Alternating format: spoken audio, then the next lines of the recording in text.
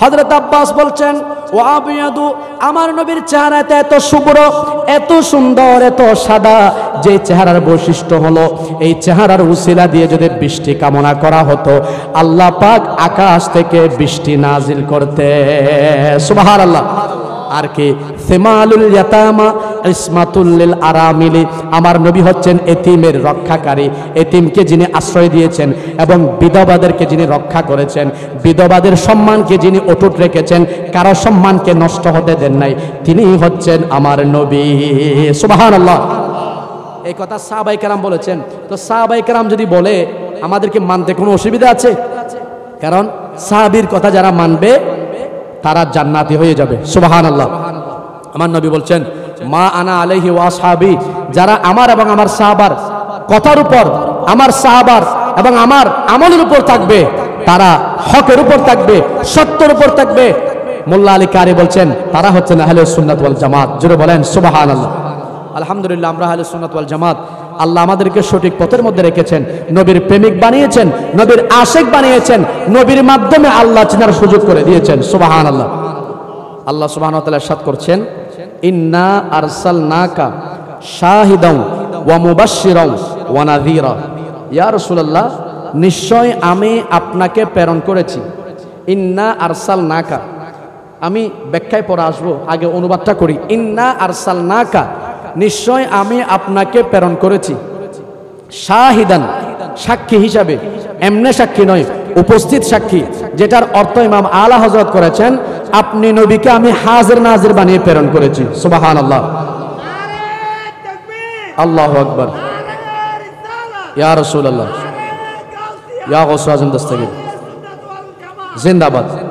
শুনেন, ইন্না আরসালনাকা শাহিদা, আর কি, ওয়া মুবাশশিরান, আপনি নবীকে আমি প্রেরণ করেছি সুসংবাদদাতা হিসাবে। সুবহানাল্লাহ। কিসের সুসংবাদ? আমাদের নবী এসে আমাদেরকে শুভ সংবাদ শোনালেন, যারা আল্লাহর উপর ঈমান আনবে, রাসূল পাকের উপর ঈমান আনবে, আল্লাহ যা করতে বলেছেন তা করবে, যা থেকে বিরত থাকতে বলেছেন তা থেকে বিরত থাকবে, তাদের জন্য জান্নাতের শুভ সংবাদ। সুবহানাল্লাহ। আর কি, ওয়া নাযীরা, আমি নবী, আল্লাহ বলছেন, ইয়া রাসূলুল্লাহ, আমি আপনি নবীকে প্রেরণ করেছি নাযীরা, সতর্ককারী হিসেবে, ভীতি প্রদর্শনকারী হিসেবে। অর্থাৎ এই পথে চললে ভালো হবে না, এই পথে চললে জাহান্নামে যাইতে হবে, এই পথে চললে তোমরা বিপদগ্রস্ত হবে, যেটার মধ্যে বিপদ আছে সেই বিপদ থেকে সতর্ক করার জন্য আপনি নবীকে প্রেরণ করেছি। জুড়ে বলেন সুবহানাল্লাহ। শুধু তাই নয়, এরপর আল্লাহ বলছেন, লিতুমিনু বিল্লাহি ওয়া রাসূলিহি ওয়া তুআযযিরুহু ওয়া তুওয়াক্কিরুহু ওয়া তুসাব্বিহুহু বুকরাতাও ওয়া আসীলা। কেন আমি আপনাকে পাঠালাম? আল্লাহ বলছেন, ইন্না আরসালনাকা শাহিদাও ওয়া মুবাশশিরাও ওয়া নাযীরা। এক নম্বর, আমি আপনাকে প্রেরণ করেছি হাজির নাজির করে। আরেকটা হচ্ছে আল্লাহ বলছেন শাহিদাও ওয়া মুবাশশিরাও ওয়া নাযীরা, আমি আপনাকে সুসংবাদকারী বানিয়েছি এবং আপনাকে বানিয়েছি ভীতি প্রদর্শনকারী। এরপরে আল্লাহ বলে দিচ্ছেন, এই কারণে লিতুমিনু বিল্লাহি ওয়া রাসূলি, আমাদেরকে আল্লাহ এবার খেতাব করে বলছেন, হে মুমিনরা, যাতে তোমরা সেই আল্লাহ এবং নবীর উপর ঈমান আনতে পারো। সুবহানাল্লাহ বলেন। একটু আওয়াজটা বড় করতে হবে, কারণ সুবহানাল্লাহ আলহামদুলিল্লাহ আওয়াজ যদি ছোট করেন, আমি আগে বলে ফেলি, শুনেন, এই কথা বারবার বলা হয়, জন্য আমি রিপিট করতেছি, শুধু এতটুকু বলবো, আপনি যদি সুবহানাল্লাহ আলহামদুলিল্লাহর আওয়াজ বড় করে বলেন, কাল কিয়ামতের ময়দানে আপনার জুবান বন্ধ থাকবে, আপনার হাত পা অঙ্গ প্রত্যঙ্গ সব কিছু আপনার বিপক্ষে সাক্ষ্য দিবে। যখন কোনো উপায় থাকবে না, সেদিন যদি আপনি আটকা পড়েন, এই যে এখানে আশেপাশে যত কিছু আপনার আওয়াজ শুনবে, কিয়ামতের ময়দানে বলবে, ওগো রব্বুল আলামিন, তোমার এই বান্দা হাইচকিয়ার এলাকায় তোমার জিকির করেছে, সুবহানাল্লাহ বলেছে, আলহামদুলিল্লাহ বলেছে, আমরা শুনেছি, সুতরাং তোমার বান্দাকে মাফ করে দাও। সুবহানাল্লাহ। এজন্য আওয়াজ কি ছোট হবে নাকি বড় হবে? এজন্য আল্লাহ বলছেন লিতুমিনু বিল্লাহি ওয়া রাসূলি, এই মুমিনরা যাতে তোমরা আল্লাহ এবং রাসূলের উপর ঈমান আনয়ন করো। আর কি আল্লাহ বলছেন ওয়া তুআযযিরুহু ওয়া তুওয়াক্কিরু, শুধুমাত্র ঈমান আনার পরে তোমাদের দায়িত্ব শেষ নয়। ওয়া তুআযযিরুহু ওয়া তুওয়াক্কিরু, ওই নবীকে তোমরা সম্মান করবে, ইজ্জত করবে। ওয়া তুসাব্বিহুহু বুকরাতাও ওয়া আসীলা, সকাল সন্ধ্যা তোমরা সেই আল্লাহর জিকির তাসবিহ পাঠ করবে। সুবহানাল্লাহ। আল্লাহ আমাদেরকে বলে দিলেন যে নবী তোমাদেরকে পাঠালাম সেই নবী তোমাদের আমল দেখছেন। আমার পূর্বে অর্থাৎ এশার নামাজের পূর্বে আলোচনা করেছিলেন আপনাদের খতিব সাহেব, আমি শুনেছি তিনি যে আয়াতে কারিমা পড়েছেন 11 নম্বর পারার 2 নম্বর পৃষ্ঠার মধ্যে সে আয়াত আছে ওয়াকুল আমালু ফাসায়ারাল্লাহু আমালাকুম ওয়া রাসূলুহু ওয়াল মুমিনুন। সে আয়াতের অর্থ হলো ইয়া রাসূলুল্লাহ, ইয়া হাবিবাল্লাহ, আপনি বলে দেন ওয়াকুল আমালু ফাসায়ারাল্লাহু আমালাকুম, তোমরা যে আমল করো, তোমরা যে ভালো কাজ করো, নেক কাজ করো, তোমাদের আমল সমূহ আল্লাহও দেখেন, তোমাদের আমল সমূহ রাসূলরাও দেখেন, তোমাদের আমল সমূহ আল্লাহর প্রিয় নেককার বান্দারাও দেখতে পান। সুবহানাল্লাহ। সুতরাং আল্লাহ সেজন্য বলে দিয়েছেন ও পৃথিবীর মানুষ, নবীকে পাঠালাম, নবী তোমাদের সম্পর্কে জানে তোমরা কি কাজ করো, ভালো কাজ করো না খারাপ কাজ করো। আমার নবী নিজে হাদিসে পাকের মধ্যে বলেছেন, এই আমার উম্মতরা শোনো, যদি তোমরা আমার উপর দরুদ পাঠ করো, সেই দরুদ আমার কাছে পৌঁছানো হয়। অন্য রাওয়ায়াতের মধ্যে আছে আমার নবীজি বলেছেন, তোমরা যদি আমার উপর দরুদ পড়ো, যদি বাস্তবিক পক্ষে মোহাব্বত দেখাতে পারো, আমার নবী বলছেন সেই ধরনের দরুদ শরীফ আমি রাসূল নিজে নিজ কানে শুনতে পাই। সুবহানাল্লাহ। সুতরাং এই আকীদা বিশ্বাস নিয়ে মাহফিলে বসেন, আল্লাহর রাসূল আমাদের দরুদের আওয়াজ শুনছেন। সবার এই আকীদা বিশ্বাস আছে তো? একটু হাত উঠায় দেখান, আছে তো? আল্লাহ আমাদের এই আমল, আমাদের রাসূল পাকের প্রতি এই প্রেম মোহাব্বত ভালোবাসা আল্লাহ কবুল করুক, সকলে বলে আমিন।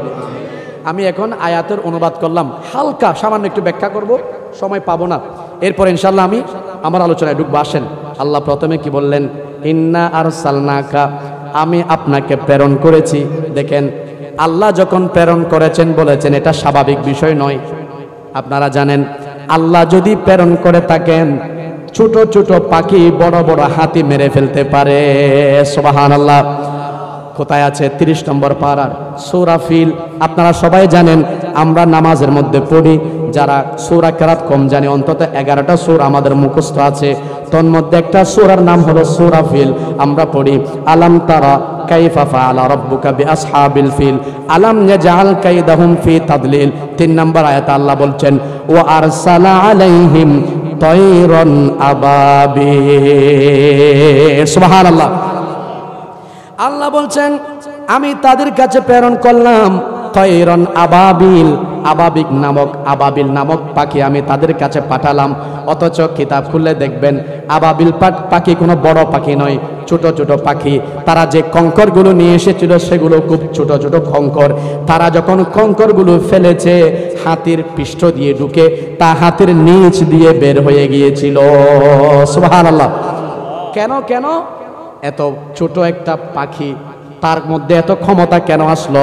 বলো অন্য কোনো কারণে নয়, কারণ পাখিগুলো পাঠিয়েছেন আল্লাহ সুবহানাহু ওয়া তাআলা। সুবহানাল্লাহ।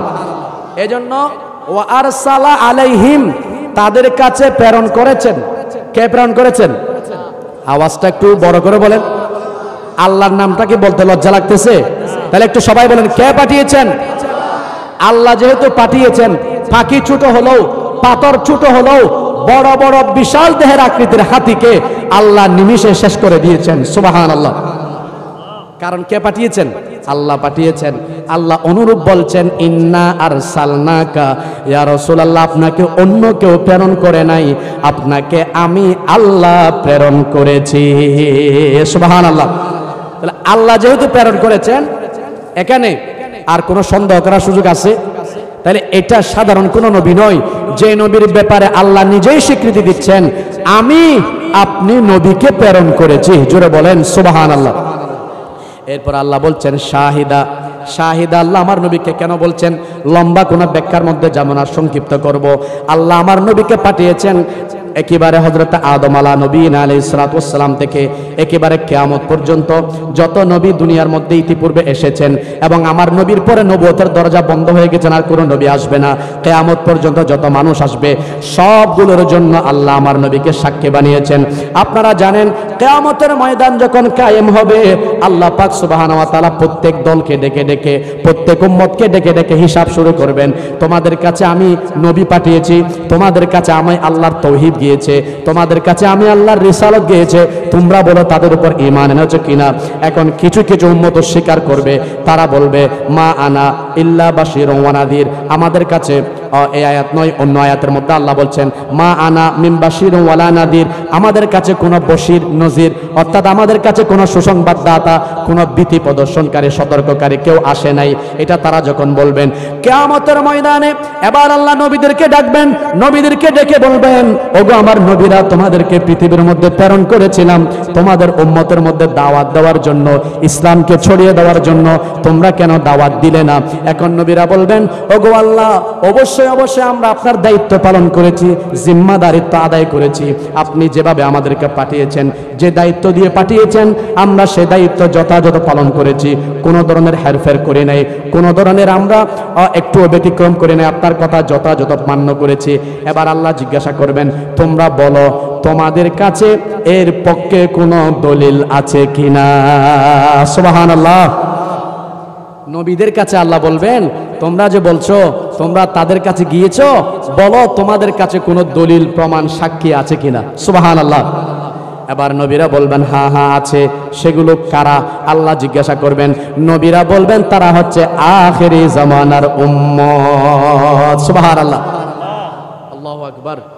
আল্লাহ জিজ্ঞাসা করবেন নবীদেরকে, তো নবীরা সেদিন এই কথা বলবে আখিরি জামানার নবীরা, আখিরি জামানার উম্মতেরা আমাদের পক্ষে সাক্ষ্য দিবে। সুবহানাল্লাহ। এই আয়াত কোথায় পাবেন? আমার কাছে একটা কোরআন শরীফ থাকলে ভালো হইতো, যদি পারেন একটা কোরআন শরীফ আমাকে কেউ আনি দেন, একটু আমার জন্য ভালো হবে, কারণ মোবাইল খুলতে গেলে একটু বেশ কম হবে, অনেক সময় ধরতে পারবো না। এই জন্য একটা কোরআন শরীফ আমাকে একটু এনে দেন, তাহলে আমার জন্য একটু ভালো হবে। একটু দরুদ শরীফ পড়েন। সালাতুন ইয়া রাসূলুল্লাহ, সালামুন ইয়া হাবিবাল্লাহ, हर के इश्क़े मुस्तफ़ा सामाने योस्त, बहर बरदर गोशे दामाने योस्त, सलातुन या रसूलल्लाह अलैकुम सलामुन या हबीबल्लाह। আল্লাহ পাক সুবহানাহু ওয়া তাআলা ইরশাদ করছেন, এটা কোথায় পাবেন? 2 নম্বর পারা, প্রথম নম্বর পারা যেটা আছে, অর্থাৎ সূরা বাকারা যেটা আছে, প্রায় 2.5 পারা পর্যন্ত হয়েছে। জোরে বলেন না সুবহানাল্লাহ। কোরআন শরীফের সবচেয়ে বড় সূরার নাম কি? সবাই বলেন।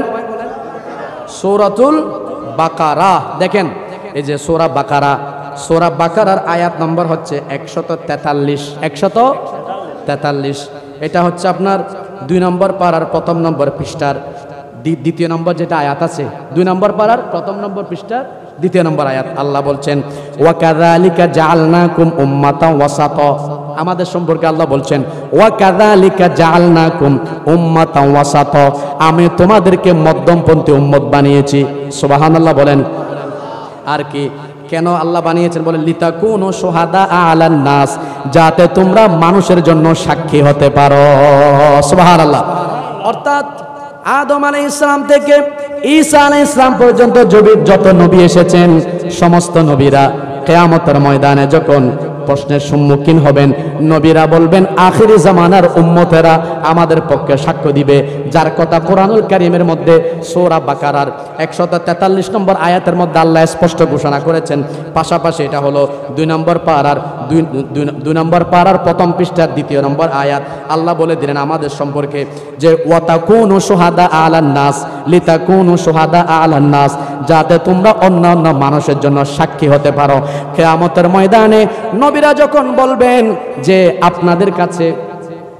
আপনাদের কাছে আমি যে দায়িত্ব দিয়েছিলাম সে দায়িত্ব আল্লাহ বলবেন নবীদেরকে, যে দায়িত্ব আপনাদেরকে আমি দিয়েছিলাম আপনারা সেটা যথাযথ আদায় করেছেন কিনা?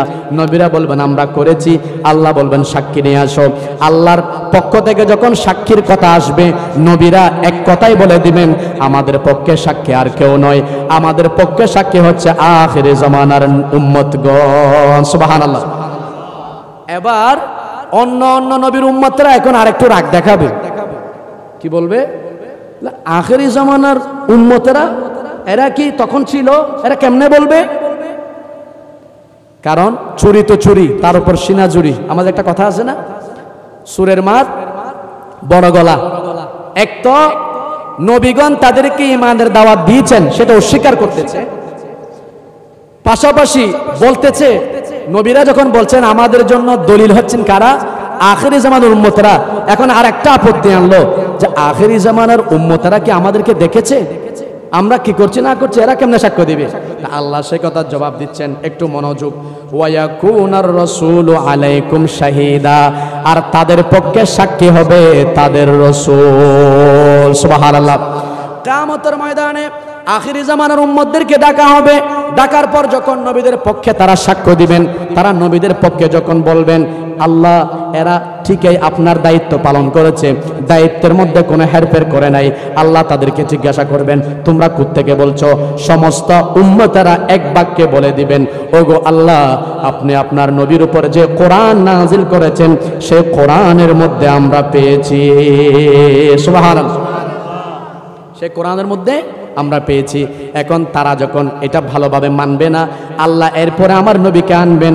আমার নবী যখন এসে সাক্ষ্য দিবেন, পৃথিবীর আর কেউ অস্বীকার করতে পারবে না। এই জন্য আল্লাহ ওই যে আমি যে আয়াত আপনাদের সামনে তেলাওয়াত করলাম সূরা ফাতার, এই আয়াতের সাথে আয়াতের সংশ্লিষ্টতা আমি এই জন্য দেখালাম। সে আয়াতের মধ্যে আল্লাহ বলছেন, ইন্না আরসালনাকা শাহিদা, ওগো নবী, আমি আপনাকে পৃথিবীবাসীর জন্য উপস্থিত সাক্ষী তথা হাজির নাজির হিসাবে, প্রত্যক্ষদর্শী সাক্ষী হিসাবে আমি আপনাকে দুনিয়ার মধ্যে প্রেরণ করেছি। সুবহানাল্লাহ। তো আমার নবী যখন এসে নবীদের পক্ষে সাক্ষ্য দিবেন, আর কেউ কোনো উম্মত এটাকে অস্বীকার করতে পারবে না। কারণ আমার নবী তো সেই নবী, যেই নবী দুনিয়াতে আসার আগে থেকে কি হবে না হবে, এবং নবী দুনিয়া থেকে চলে যাওয়ার পরেও কি হবে না হবে, সব কিছুর এলম আল্লাহ আমার নবীকে দিয়ে দিয়েছেন। যারা বলেন সুবহানাল্লাহ। এটাও কোরআনে পাকের মধ্যে আছে, সূরা নিসার আয়াত, আমি খুলছি না, সময় সংক্ষেপ। আল্লাহ বলছেন, ওয়া আল্লামাকা মা লাম তাকুন তাআলাম, ইয়া রাসূলুল্লাহ, আপনি যা জানতেন না আমি আল্লাহ আপনাকে সব কিছু জানিয়ে দিয়েছি। সুবহানাল্লাহ। আল্লাহ যদি জানিয়ে দেন, আমাদের আপত্তি করার কোনো সুযোগ আছে? নাই। এজন্য আমাদের শায়েরা খুব সুন্দর করে বলে, সবাই একটু মহব্বতে পড়েন, জো হো চোকা হে জো হোগা হুজুরে জানতে হ্যায়। মহব্বতে পড়েন একটু সবাই, জো হো চোকা হে জো হোগা হুজুরে জানতে হ্যায়। জোরে বলেন সুবহানাল্লাহ। যা হয়ে গেছে, যা হবে হচ্ছে, সব কিছু আল্লাহ আমার নবীকে জানিয়ে দিয়েছেন। আমার নবী সব জানেন। একটু জোরে বলেন না সুবহানাল্লাহ। এটা আমার নবীর শান। কিয়ামতের ময়দানে আর কেউ অস্বীকার করতে পারবে না। যখন বলবে আখিরি জামানার নবী, সমস্ত নবীদের নবী সাক্ষ্য দিচ্ছেন, প্রত্যেক নবী তাদের দায়িত্ব যথাযথভাবে আদায় করেছেন, পালন করেছেন, তখন আর কেউ সে কথা অস্বীকার করতে পারবে না। জোরে বলেন সুবহানাল্লাহ। এরপর আসেন, এতটুক শেষ হলো, ইন্না আরসালনাকা শাহিদা, আপনারা আশা করে বুঝে গেছেন। এরপরে শুনেন, আল্লাহ বলছেন, বাশীরা ওয়া নাযীরা, আমি আপনাকে পাঠিয়েছি সুসংবাদ দাতা হিসেবে, আপনি তাদেরকে সুসংবাদ দিতেন। যারা এতদিন মূর্তি পূজা করেছে, এক আল্লাহর পথ ভুলে গিয়ে যারা অন্য পথের মধ্যে চলে গিয়েছিল, মূর্তি পূজার মধ্যে লিপ্ত হয়েছিল, আল্লাহকে বাদ দিয়ে অন্যান্য দেবদেবীর পূজা করেছে, এখন আমি নবী তোমাদের কাছে এই জন্য এসেছি যাতে তোমরা মূর্তি পূজা বাদ দিয়ে একমাত্র আল্লাহর ইবাদত করতে পারো। সুবহানাল্লাহ। এজন্য আমার নবী নিজে বলেছেন, লা ইলাহা ইল্লাল্লাহ দাখালাল জান্নাহ, যে ব্যক্তি লা ইলাহা ইল্লাল্লাহ মুহাম্মাদুর রাসূলুল্লাহ পাঠ করবে, আল্লাহ তাকে জান্নাতে প্রবেশ করাবে। সুবহানাল্লাহ। আমার নবী এসেছেন কি জন্য? মানুষকে তাওহীদের শিক্ষা দেওয়ার জন্য, রিসালাতের শিক্ষা দেওয়ার জন্য, এক আল্লাহর পথে আনার জন্য, নামাজ শেখানোর জন্য, যাকাত যারা দেয় না তাদেরকে যাকাতের পদ্ধতি শিক্ষা দেওয়ার জন্য, এবং মা বাবার খেদমত শিক্ষা দেওয়ার জন্য, গরিবের সেবা শিক্ষা দেওয়ার জন্য, মানুষকে অমানুষকে মানুষ করার জন্য, মানুষে মানুষে ভ্রাতৃত্বের বন্ধন শিক্ষা দেওয়ার জন্য আমার নবী দুনিয়ার মধ্যে তশরিফ এনেছেন। জোরে বলেন সুবহানাল্লাহ। সময় সংক্ষেপ, লম্বা আলোচনায় যেতে পারবো না। এরপরে আল্লাহ বলছেন ওয়ানাযীরা, ইয়া রাসূলুল্লাহ আমি আপনাকে ভীতি প্রদর্শনকারী সতর্ককারী হিসাবে পাঠালাম। কোন পথে চললে মানুষ জান্নাতি হবে, কোন পথে চললে জাহান্নামী হবে, সেই পথ আপনি চিনিয়ে দেওয়ার জন্য আল্লাহ কোরআনে পাকের মধ্যে অন্য জায়গায় বলছেন ফারিকুন ফিল জান্নাতি ওয়া ফারিকুন ফিস সাইর, একটা রাস্তা জান্নাতের আর একটা রাস্তা জাহান্নামের। কোন পথে চললে জান্নাত পাবে, কোন পথে চললে জাহান্নাম পাবে, সেটা তোমাদেরকে দেখিয়ে দেওয়ার জন্য আমি আমার নবীকে পাঠালাম। এজন্য আল্লাহ বলে দিলেন ইন্না আরসালনাকা শাহিদাও ওয়া মুবাশশিরাও ওয়া নাযীরা। সুবহানাল্লাহ। তো রাসূল পেয়ে আমরা খুশি না বেজার? সবাই বলেন খুশি না বেজার? কারণ যে নবীকে পাওয়ার জন্য অন্য অন্য নবীরা ফরিয়াদ করেছিলেন, আপনারা দেখে একজন মানুষ দাঁড়িয়ে বলেন যা আল্লাহ, সবাই এখানে যারা বসেছেন একজন মানুষ দাঁড়িয়ে বলেন আমি জীবনে একবার আল্লাহর কাছে ফরিয়াদ করেছিলাম যাতে আমাদেরকে আখিরের নবীর উম্মত বানানো হয়। কেউ বলতে পারবেন? কেউ ফরিয়াদ করছেন? বিনা দরখাস্তে বিনা দলিলে আল্লাহ আমাদেরকে আখিরের নবীর উম্মত বানিয়েছেন, এর থেকে বড় সৌভাগ্য আর কি হতে পারে? জোরে বলেন সুবহানাল্লাহ। হাই হাই, আমরা সেই নবীর উম্মত। এজন্য কবি নজরুল খুব সুন্দর বলেছেন, আপনারা একটু পড়েন। এ কোন মধুর শরাব দিলে আল আরাবে সাকি, নেশাই হলাম দিওয়ানা যে রঙিন হলো আখি। জোরে বলেন সুবহানাল্লাহ। তিনি আরো কি বলছেন? তৌহিদের সিরাজি নিয়ে ডাকিলে সবাই যারে পিয়ে, নিখিল জগৎ ছোটে এলো, নিখিল জগৎ ছোটে এলো, রইল না কেউ বাকি। এ কোন মধুর শরাব দিলে আল আরাবে সাকি, নেশাই হলাম দিওয়ানা যে রঙিন হলো আখি। জোরে বলেন সুবহানাল্লাহ। কবি নজরুল আরেকটু বাড়িয়ে বলেছে, সুন্দর। সেটা কি বলেছেন? রাসূল পাকের শান, নর নারী বাদশাহ ফকির তোমারে রূপে হয় অধীর। জোরে বলেন সুবহানাল্লাহ। নর নারী বাদশাহ ফকির তোমারে রূপে হয় অধীর, যা ছিল নাজরানা দিল, যা ছিল নাজরানা দিল, রাঙ্গা পায়ে রাখি। এ কোন মধুর নেশাই হলাম দিওয়ানা যে রঙিন হলো আখি। জোরে বলেন সুবহানাল্লাহ। কবি নজরুল বলছেন নরনারী বাদশা ফকির তোমার রূপে হয় অধীর।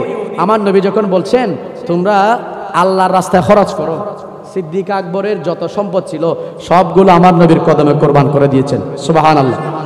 হযরতে মা খাদিজাতুল কুবরা রাদিয়াল্লাহু তাআলা আনহা ধনবান মহিলা ছিলেন, সব সম্পদ নবীর কদমে কোরবান করে দিয়েছেন। সুবহানাল্লাহ। নরনারী বাদশা ফকির, নরনারী আর বলার দরকার নেই, সময় সংক্ষেপ। দেখেন নর নারী, নরের মধ্যে ধরলাম হযরত সিদ্দিক আকবর, একজনে কাফি, বেশি কথা বলার দরকার নেই, কারণ আমি এক একজন করে বলতে গেলে সময়ের অনেক প্রয়োজন আছে, সেদিকে যাব না। প্রত্যেক সাহাবী আমার নবীর জন্য কোরবান দিয়েছেন, যা বলেছেন তা দিয়েছেন। ফারুক আজম দিয়েছেন, উসমান জুন্নুরান দিয়েছেন, মৌলা আলী শের খুদা দিয়েছেন। প্রত্যেক সাহাবী শুধু সম্পদ নয়, নিজের জান দেওয়ার জন্য প্রস্তুত হয়ে গিয়েছিলেন। সুবহানাল্লাহ। এখানে সম্পদ কি? আর খাদিজাতুল কুবরা রাদিয়াল্লাহু তাআলা আনহা নিজের সমস্ত সম্পদ রাসূলের কদমে কুরবান করে দিয়েছেন। সুবহানাল্লাহ। এজন্য কবি নজরুল সেটা বলেছেন, নরনারী বাদশা ফকির তোমার রূপে হয় অধীর, যা ছিল নাজরানা দিল তো রাঙ্গা পায়ে রাখি। অর্থাৎ তাদের যত কিছু ছিল সব আপনি নবীর কদমের মধ্যে কোরবান করে দিয়েছেন। সুবহানাল্লাহ। তো আশেক হলে এরকম হবেন, নবীর জন্য কোরবান দিতে হবে, নবীর জন্য সবকিছু ফানা করে দিতে হবে, বিলীন করে দিতে হবে। এমনে আশেক দাবি করার মধ্যে কোনো ফায়দা নাই। আশেক নামও হতে হবে, কাজও প্রমাণ দিতে হবে, তাহলে বাস্তবিক পক্ষে আপনি আশেক, নাইলে আপনি আশেক দাবি করতে পারবেন না। আল্লাহ বুঝার তৌফিক দান করুন, সকলে বলি আমিন। আমার আয়াত এখনো শেষ হয় নাই, একটা আয়াত মাত্র আপনাদের সামনে শেষ করলাম, আরেকটা আয়াত বাকি আছে। আল্লাহ বলছেন লিতুমিনু বিল্লাহি ওয়া রাসূলিহি, আমি এজন্য নবীকে প্রেরণ করলাম তোমাদের কাছে যাতে তোমরা লিতুমিনু বিল্লাহ, ওই নবীর মাধ্যমে যাতে তোমরা আমি আল্লাহর উপর ঈমান আনো, ওয়া রাসূলিহি, এবং আমি নবীর যে রসুল পাঠিয়েছি সেই রসুল, অর্থাৎ তোমাদের কাছে সেই প্রতীক্ষিত রসুল, যে রসুলের উম্মত হওয়ার জন্য সবাই ফরিয়াদ করেছিলেন, সেই নবীর উপর যাতে তোমরা ঈমান আনয়ন করো। সুবহানাল্লাহ। আল্লাহ বলছেন শুধুমাত্র ঈমান আনার পরে দায়িত্ব শেষ নয়, আল্লাহ এই কথাও বলে দিয়েছেন স্পষ্টভাবে। আল্লাহ কোরআনুল কারীমের মধ্যে বলছেন ওয়া তুআযযিরুহু ওয়া তুওয়াক্কিরু, তোমরা সেই নবীকে সম্মান করো, সেই নবীর তাজিম করো, সেই নবীকে যথাযথভাবে মান্য করো, সেই নবীকে সাহায্য করো, সেই নবীর দ্বীন প্রচারে তোমরা সহযোগিতা করো, সেই নবী যা বলেছেন তা গ্রহণ করো, সেই নবী যা থেকে বেঁচে থাকতে বলেছেন তা থেকে বেঁচে থাকো। জুড়ে বলেন সুবহানাল্লাহ। আর শেষ কথা আল্লাহ বলেছেন ওয়া তুসাব্বিহুহু বুকরাতাও ওয়া আসীলা, সকাল সন্ধ্যা তোমরা আমি আল্লাহর জিকির করো। সুবহানাল্লাহ। আমি আল্লাহর জিকির করো তথা আমি আল্লাহর তাসবিহ পাঠ করো। আল্লাহু আকবার বলেন। তো আমরা আল্লাহর জিকির করি কিনা? এখানে সকাল সন্ধ্যা মানে মুফাসসিরিন কেরাম বলেছেন সকালে আল্লাহর জিকির মানে ফজরের নামাজ আদায় করা। সুবহানাল্লাহ বলেন। আমাদের এখন অধিকাংশ মসজিদের মধ্যে মুসল্লি হচ্ছে প্রাইভেট মুসল্লি। প্রাইভেট মুসল্লি কোনগুলা? শুধুমাত্র জুমার নামাজ। কি নামাজ? তাও কয় রাকাত? আগেও নেই পরেও নেই। মসজিদে ঢুকবে সবার পরে, বাহির হবে সবার আগে, যেন মসজিদের ভিতরে তার অন্তর ঠিকে না। এজন্য যারা ওলামায়ে কেরাম তারা বলেছেন মসজিদের ভিতরে যাদের মন ঠিকে না, মসজিদের ভিতরে যাদের ভালো লাগে না, এরা হচ্ছে এক ধরনের মুনাফিক। জোরে বলেন না নাউজুবিল্লাহ। মাছ তো দেখছেন, মাছ দেখছেন না? মাছ কোথায় থাকে? পানি ছাড়া কি মাছ বাঁচতে পারে? তো বলা হচ্ছে মসজিদের ভিতর মুমিন হচ্ছে সেরকম, আল মুমিনু ফিল মসজিদি কাল কাল কাসসামাকে ফিল মাই। জোরে বলেন না সুবহানাল্লাহ। মসজিদের ভিতরে মুমিন সেরকমই থাকবে যেমনি ভাবে মাছ পানির মধ্যে থাকাটাকে পছন্দ করে। জোরে বলেন সুবহানাল্লাহ। আর কি ওলামায়ে কেরাম বলছেন মসজিদের বাহিরে মানুষ আসার জন্য যে একটা পাগলামি করে, সদা সর্বদা মসজিদের ভিতরে মন টিকে না, মসজিদে ঢুকলে কিভাবে বের হবে সেটার জন্য প্রতিযোগিতা করে, সেটার সাথে ওলামায়ে কেরাম উপমা দিয়েছেন মাছ যখন পুকুর থেকে তোলা হয়, পুকুর থেকে তোলার পর মাছ যেমন ছটফট করে পানি ছাড়া থাকতে পারে না, এরকম কিছু মানুষ আছে যারা মসজিদের ভিতরে গুলো টিকতে পারে না, মসজিদ থেকে বের হওয়ার জন্য তাড়াহুড়া করে। জোরে বলি না নাউজুবিল্লাহ। এই জন্য ওলামায়ে কেরাম যারা এই আয়াতের ব্যাখ্যা করেছেন, মুফাসসিরিন কেরাম ব্যাখ্যার মধ্যে একটা ব্যাখ্যা এটা করেছেন যে ওয়া তুসাব্বিহুহু বুকরাতাও ওয়া আসীলা, সকাল সন্ধ্যা আল্লাহর জিকির করো, আল্লাহর তাসবিহ পাঠ করো। সকাল সন্ধ্যা আল্লাহর তাসবিহ মানে ফজরের নামাজ যথা সময়ে আদায় করা। সুবহানাল্লাহ। আর কি বুকরাতান সন্ধ্যাবেলা আল্লাহর জিকির করা। এখানে সন্ধ্যা থেকে মোরাত হলো, বিকাল থেকে মোরাত হলো, বাকি 4 ওয়াক্ত যা নামাজ আছে জোহর, আসর, মাগরিব, এশা, এই সবগুলোকে একত্রিত করে, অর্থাৎ এক কথায় 5 ওয়াক্ত নামাজ। এগুলো কিছু দিনে আছে কিছু রাতে আছে। সকাল সন্ধ্যা মানে হলো এক কথায় 5 ওয়াক্ত নামাজ যথাযথভাবে আদায় করা। সুবহানাল্লাহ। নবী আমাদের কবরে আসুক আমরা চাই কি চাই না? সবাই হাত তুলে বলেন চাই কি চাই না? যারা চান সবাই একটু আবার মোহাব্বত সহকারে বলেন আপনারই নূরের ঝলক লাগিয়া কবরের আধার যাবে চলিয়া, ওগো দয়া করিয়া দিবেন গো দেখায়া রাসূলুল্লাহ, আর মোহাব্বতে ইয়া রাসূলুল্লাহ। তাইলে এবার বলেন আল্লাহ আমাদেরকে যেটা বলেছেন ওয়া তুসাব্বিহুহু বুকরাতাও ওয়া আসীলা, ওলামায়ে কেরাম ব্যাখ্যা করতে গিয়ে যে কথা বলেছেন 5 ওয়াক্ত নামাজ যথা সময় আদায় করা। আজকে মিলাদুন নবীর মাহফিল থেকে ওয়াদা করেন যারা ইতিপূর্বে 5 ওয়াক্ত নামাজ যথা সময় আদায় করেন না, নামাজ নিয়ে হেলাফেলা করেন, আজকে সবাই ওয়াদা করেন মিলাদুন নবীর মাহফিলে যেই নবী না আসলাম আমরা কেউ আসতাম না। সেই নবী নামাজ নিয়ে এসেছেন, মেরাজে গিয়েছিলেন, মেরাজের মধ্যে নিজে মেরাজ করেছেন, নিজে মেরাজ করার পরে একা আসেন নাই, আসার সময় উম্মতের জন্য মেরাজ নিয়ে এসেছে। সুবহানাল্লাহ। উম্মতের জন্য কি নিয়ে এসেছেন?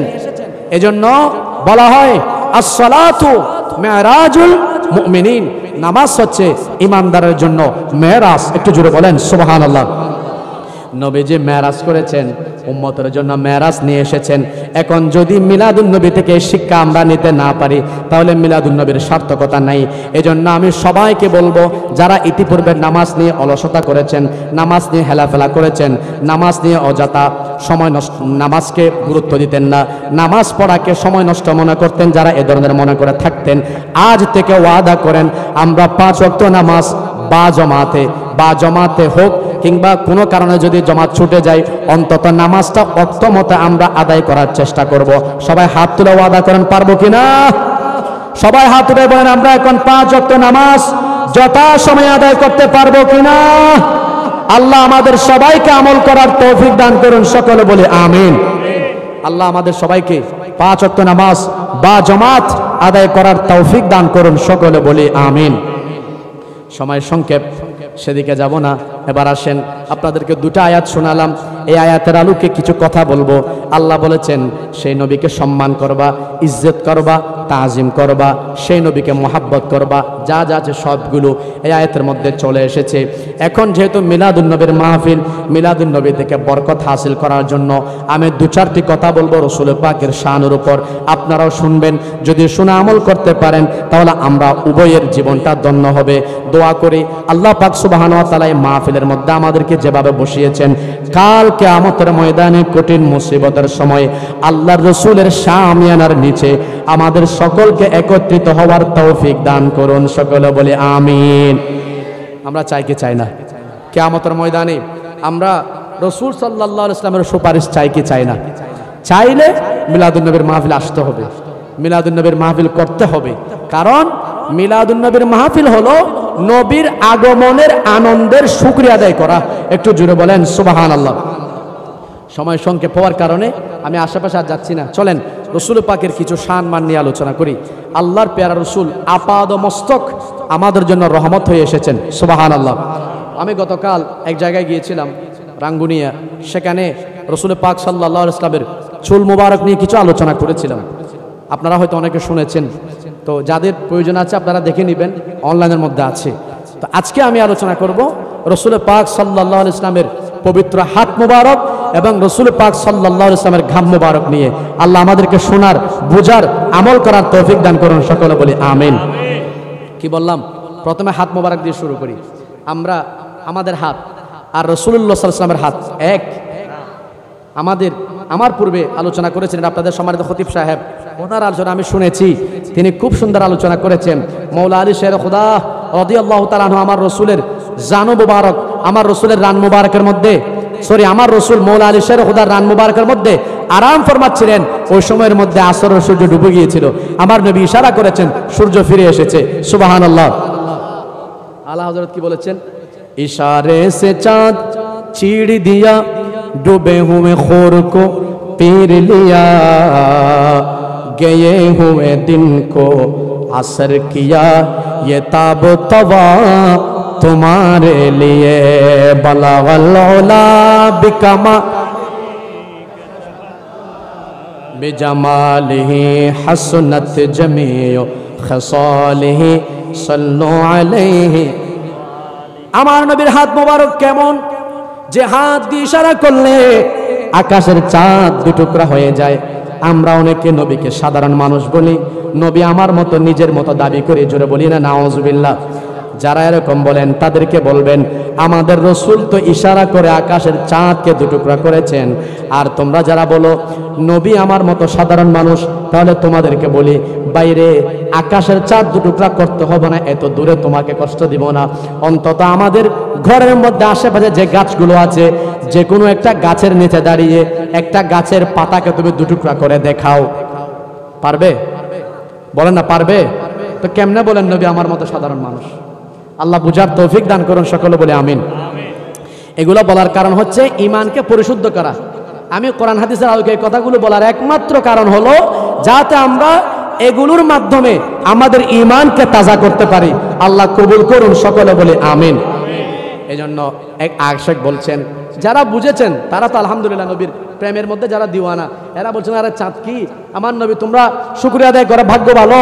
আমার নবী যে কি, ওই যে আকাশের মধ্যে যে আসমান আছে, আসমানকে ইশারা করে নাই, ইশারা চাঁদকে করেছেন। যদি নবী পাক সাল্লাল্লাহু আলাইহি ওয়াসাল্লাম আসমানকে ইশারা করতেন, আসমানও দুভাগ হয়ে যেত। সুবহানাল্লাহ। আশিক কি বলছেন?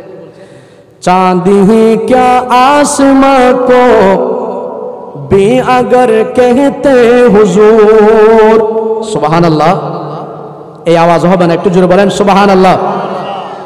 चांद ही क्या आसमां को भी अगर कहते हुजूर, वो भी घिर जा ठूठ कर आधा इधर आधा उधर।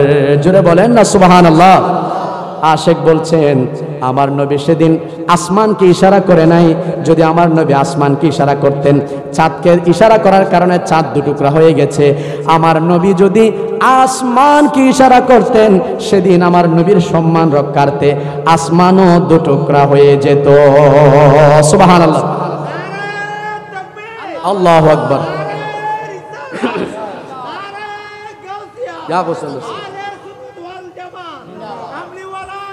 জিন্দাবাদ জিন্দাবাদ।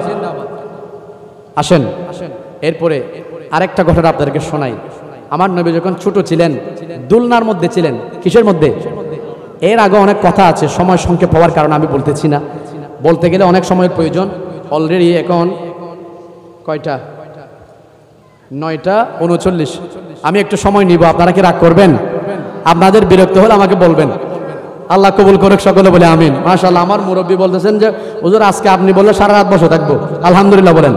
সারা রাত বসার দরকার নেই বাবা, আপনারা অনেকে ভয় পেয়ে গেছেন। আমি এতক্ষণ সময় নিব না, যতক্ষণ অন্তত আলোচনা করবো সেগুলো থেকে আমল করিয়েন, যথেষ্ট হবে। আল্লাহ তৌফিক দান করুন, সকলে বলে আমিন। আমার নবী কিসের মধ্যে ছিলেন? দুলনার মধ্যে ছিলেন। দুলনার মধ্যে ছিলেন। হযরতে আব্বাস রাদিয়াল্লাহু তাআলা বলছেন, আমার নবীর চাচা বলছেন, ইয়া রাসূলুল্লাহ, ইয়া হাবিবাল্লাহ, আপনার কাছে একটা প্রশ্ন করব। আপনি যখন ছোট ছিলেন, আপনি যখন দোলনার মধ্যে ছিলেন, আমি সেটা দেখেছি। আপনার একটা জিনিস আমি লক্ষ্য করেছি, যেটার কারণে আমার ইসলাম গ্রহণটাকে ত্বরান্বিত করেছে, যেটা দেখে আমি ইসলাম গ্রহণের প্রতি উদ্বুদ্ধ হয়েছি। যে কয়েকটি কারণে ইসলাম গ্রহণ করেছি, তোর মধ্যে একটা সেটা ছিল। সেটা কি? আমার নবীকে নিজের চাচা হযরত আব্বাস বলছেন, ইয়া রাসূলুল্লাহ, ইয়া হাবিবাল্লাহ, আপনি যখন দোলনার মধ্যে ছিলেন, আমি দেখতাম আপনি নবী আকাশের মধ্যে চাঁদের দিকে ইশারা করতেন। আপনি নবী যেদিকে যেদিকে ইশারা করতেন, চাঁদ একবার এদিকে একবার ওদিকে। আপনি নবীর আঙ্গুলের ইশারায় চাঁদ এদিক সেদিক ঘোরাফেরা করত। সুবহানাল্লাহ। নবী তখন কোথায় ছিলেন? দোলনার মধ্যে, ছোট ছিলেন। যারা বলেন নবী 40 বছর পর নবুয়ত পেয়েছেন, তারা এই হাদিস থেকে শিক্ষা গ্রহণ করে। যদি 40 বছর পরে নবুয়ত পাইতো, তাইলে মাআযাল্লাহ, যারা এই কথা বলেন আমরা তাদের বিরোধিতা করছেন। আমার নবী যে বলছেন, কুনতু নাবিয়্যাও ওয়া আদামু বাইনাল মাই ওয়াত তিন, আমি তখন থেকে নবী ছিলাম যখন আদম আলাইহিস সালাম মাটি এবং পানির মধ্যে মিশ্রিত ছিল। আদম আলাইহিস সালামকে আল্লাহ সৃষ্টি করেন নাই, অথবা অন্য হাদিসের মধ্যে আছে মাটি পানি আলাদা আলাদা ছিল, তখন থেকে আমি নবী ছিলাম। জোরে বলেন সুবহানাল্লাহ। তো কেমনে আপনি রাসূল পাকের হাদিস শরীফ থেকে শিক্ষা গ্রহণ করেন? কেন আমরা অন্যের কথা শুনবো? যেখানে রাসূল পাকের স্পষ্ট হাদিস আছে, আমরা হাদিস শরীফে আমল করব। আল্লাহ আমাদেরকে বুঝার এবং বুঝে আমল করার তৌফিক দান করুন, সকলে বলি আমিন। হযরত আব্বাস বলছেন, ইয়া রাসূলুল্লাহ, আমি আপনাকে দেখেছি আপনি যখন ইশারা করতেন, দুলনার মধ্যে ছোট ছিলেন, তখন আপনার ইশারায় আকাশের চাঁদ নড়াচড়া করত। এবার আমার নবী বলছেন, এ আমার চাচা শুনো। আমার নবী কথা বলেন নাই। দেখেন, আচ্ছা একটা কথা আপনাদেরকে বলি, এখানে শুনেন। প্রথমে এই হাদিস থেকে কিন্তু অনেক মাসালা সাব্যস্ত হচ্ছে। আমি সময় সংক্ষেপের কারণে বলছি না, তবে একটা বলি, শুনেন, সংক্ষেপ করব। 1 নম্বর, আমার নবীর চাচা নবীকে কি বাতিজা বলেছেন নাকি ইয়া রাসূলুল্লাহ বলেছেন? আওয়াজ শুরু কেন বলেন না, কি বলেছেন? ইয়া রাসূলুল্লাহ। আমার নবীর ফুফি আমার নবীকে বলতেন ইয়া রাসূলুল্লাহ।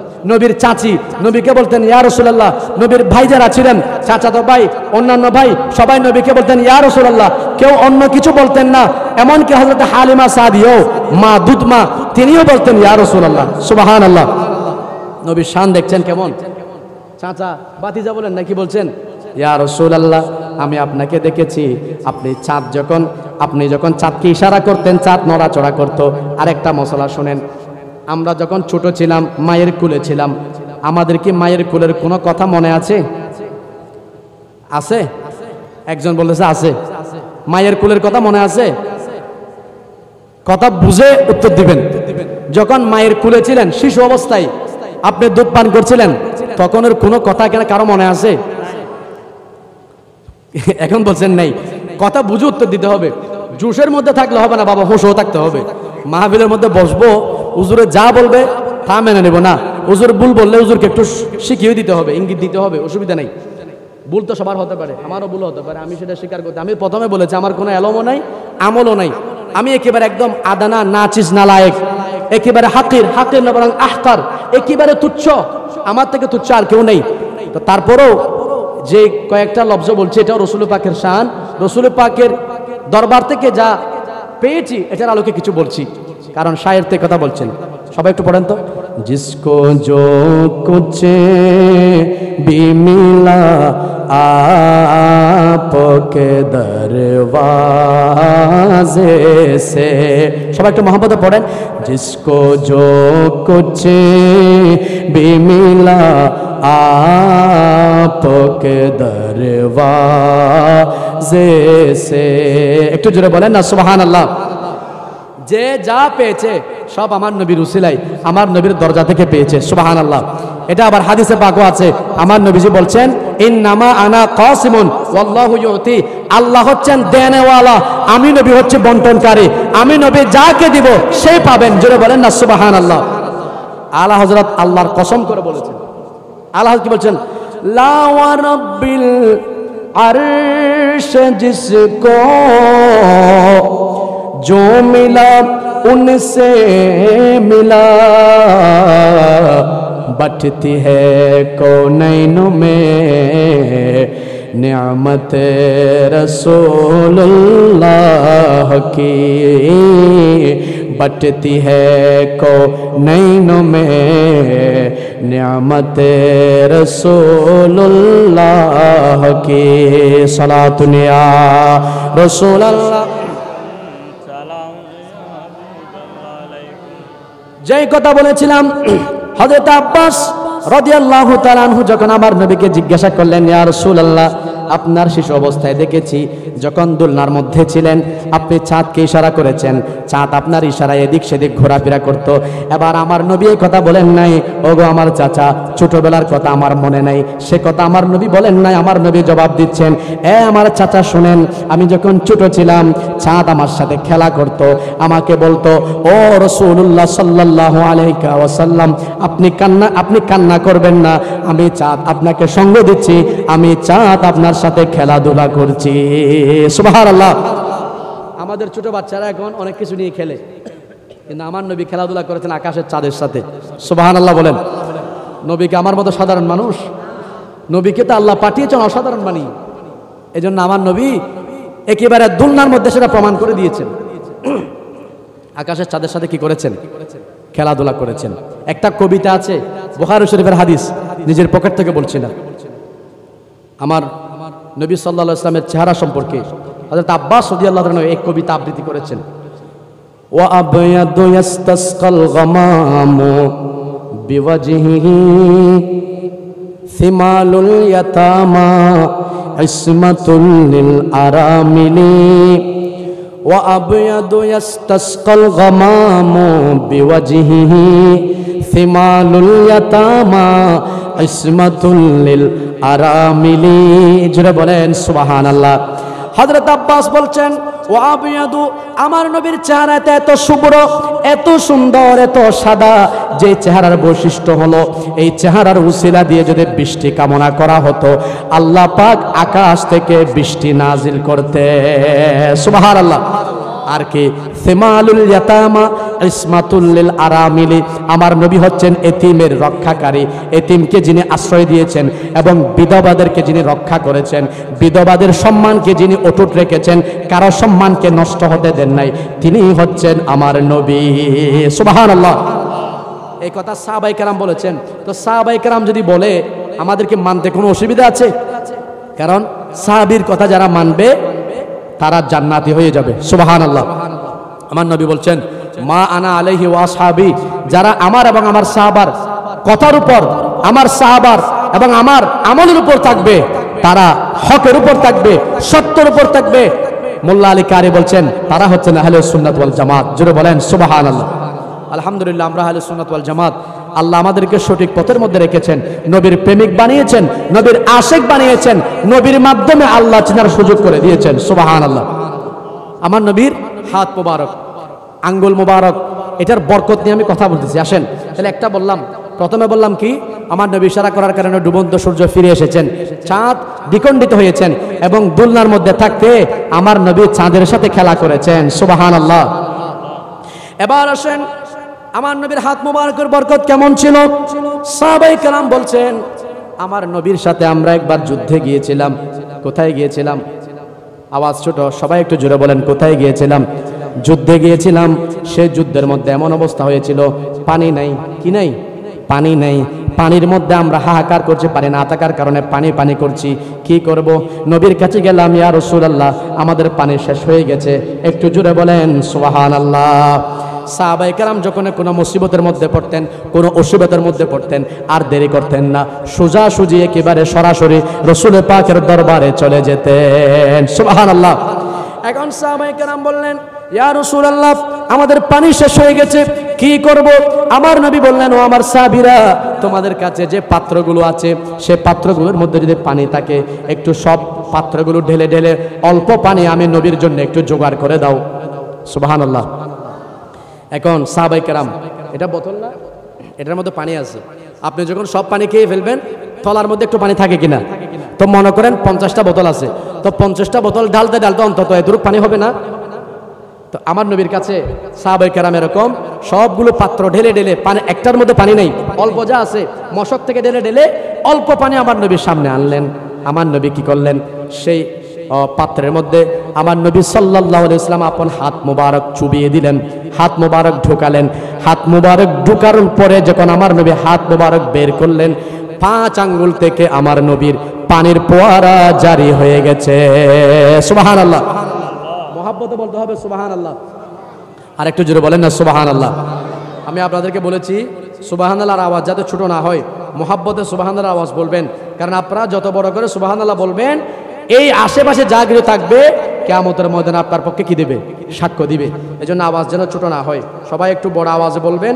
আমি তো সময় এমনি বলতেছি শেষ করব। আলা হযরত একটা শেয়ার বলবে, এটা একটু আপনাদের জন্য খুঁজতেছি, আপনাদের ঈমান যাতে তাজা হয়। আলা হযরত সেই কথাকে বর্ণনা দিচ্ছেন। আমার জামিয়া আহমদিয়া সুন্নিয়া কামিল মাদ্রাসার আমাদের সহপাঠী, আমাদের প্রিয় ভাই মোহাম্মদ সাবের আছেন। সে যে কোনো জায়গার মধ্যে সুযোগ পেলে আমাকে বলে আফসার হুজুর আপনি একটু ওই নাটটা পড়েন, যে নাটটা আপনি একবার আমাদের মুফতি মিল্লাত আল্লামা মুফতি সৈয়দ মোহাম্মদ ওসিউর রহমান আল কাদেরী কাদামাহু আলা রাসি ওয়াইনাইয়া হুজুরের সামনে পড়েছিলেন। এটা আমি একবার হুজুরের সামনে পড়েছিলাম। তো সে বারবার আমাকে যে কোনো জায়গার মধ্যে নাচ পড়ার সুযোগ করে বলে আফসার হুজুর ওই নাটটা একটু পড়েন। তা আমি আপনাদেরকে এটা একটু শোনাচ্ছি। রাসূল পাক সাল্লাল্লাহু আলাইহি ওয়াসাল্লামের সেই ঈমান তাজা হওয়ার মতো সেই নাত যেটা ইমাম আলা হযরত লিখেছেন। জোরে বলেন সুবহানাল্লাহ। এটা শুধু নাত নয়, কোরআন এবং হাদিসের অনুবাদ। সুবহানাল্লাহ। আলা হযরত বলছেন क्या ही ज़ौक़ ज़ा शफ़ाअत है तुम्हारी वाह वाह, क्या ही ज़ौक़ ज़ा शफ़ाअत है तुम्हारी वाह वाह, कर्ज़ लेते हैं गुनाह, कर्ज़ लेते हैं गुनाह, পরহেজগারি ওয়াহ ওয়াহ। জোরে বলেন সুবহানাল্লাহ। আমার মকসদ কিন্তু দ্বিতীয় শের, যেটার মধ্যে আলা হযরত বলছেন সেটা দেখেন। যেটা কথা আমার নবীর আঙ্গুল থেকে কি বের হয়েছে? পানি বের হয়েছে। আল্লাহ কি বলছেন? উঙ্গুলিয়া হে ফয়জ পর टूटे हैं प्यासे झूम कर। सुभान अल्लाह। आला हज़रत बोलছেন उंगलियां है फैज़ पर टूटे है प्यासे झूम कर, नदिया पंजा बेरहमत की है जारी वाह वाह। জোরে বলেন না সুবহানাল্লাহ। আমরা কোন একটা কথার মধ্যে আশ্চর্য হয়ে বলি না ওয়াহ ওয়াহ সুবহানাল্লাহ, মাশাআল্লাহ মাশাআল্লাহ, এরকম বলি না? এটা একটা মুহাবারা। আলা হযরত বলছেন উঙ্গলিয়া হে ফয়জ পর, আমার নবীর যে আঙ্গুল শরীফ ছিল, 5 আঙ্গুল শরীফ পানির মধ্যে চুবানোর পর সেগুলো থেকে যখন ঝর্ণা দ্বারা প্রবাহিত হচ্ছে, উঙ্গলিয়া হে ফয়জ পর টুটে হে প্যাসে জুম কর, যারা তৃষ্ণার্ত ছিল তারা সবাই হুমড়িকে পড়েছে আমার নবীর হাত মুবারক থেকে বরকতময় পানি পান করার জন্য। জোরে বলেন সুবহানাল্লাহ। আর আল্লাহু আকবার। ইয়া গোসেন জিন্দাবাদ জিন্দাবাদ। আর কি আল্লাহ বলছেন নদিয়া पंजाबे रहमत की है जारी वाह वाह। আমার নবীর সেই আঙ্গুল মুবারক গুলো থেকে শুধুমাত্র ঝর্ণার মতো পানি বের হয়েছে। নদী কেন বললেন নিজেরা একটু খেয়াল করেন। হযরতে এই হাদিসের বর্ণনাকারী সম্ভবত হযরত ইবনে মাসউদ রাদিয়াল্লাহু তাআলা আনহু অথবা হযরত আনাস ইবনে মালিক রাদিয়াল্লাহু তাআলা আনহু, ওনাকে জিজ্ঞাসা করা হলেন হুজুর আপনি একটু বলেন আপনারা তখন সেই যুদ্ধের মধ্যে কতজন ছিলেন? যুদ্ধের মধ্যে কতজন ছিলেন যারা পানির মধ্যে পিপাসার্ত হয়েছেন, পানির জন্য পিপাসার্ত হয়েছেন, পানি পান নাই, পানির জন্য হাহাকার করেছেন, কতজন ছিলেন? হযরতে রাবি বলছেন আমরা যদি সেদিন 1 লক্ষ থাকতাম আমার নবীর সেই পানি আমাদের জন্য যথেষ্ট হতো। এটা হুদায়বিয়ার সন্ধির সময় ছিল। রাবি বলছেন সেদিন আমরা ছিলাম বেশি নয় 1500 অর্থাৎ 1500 ছিলাম। 1500 প্রত্যেকে আমার নবীর হাত মুবারক থেকে পানি পান করেছেন। শুধু পানি পান করেছেন তাই নয়, আপন আপন পাত্রগুলো আমার নবীর সেই ফয়েজ বরকত সম্বলিত হাত মুবারক থেকে বের হওয়া সব পানিগুলো তারা তাদের পাত্রগুলো, তাদের বোতলগুলো, তাদের সে মশকগুলো তারা ভর্তি করে নিয়েছেন। সুবহানাল্লাহ।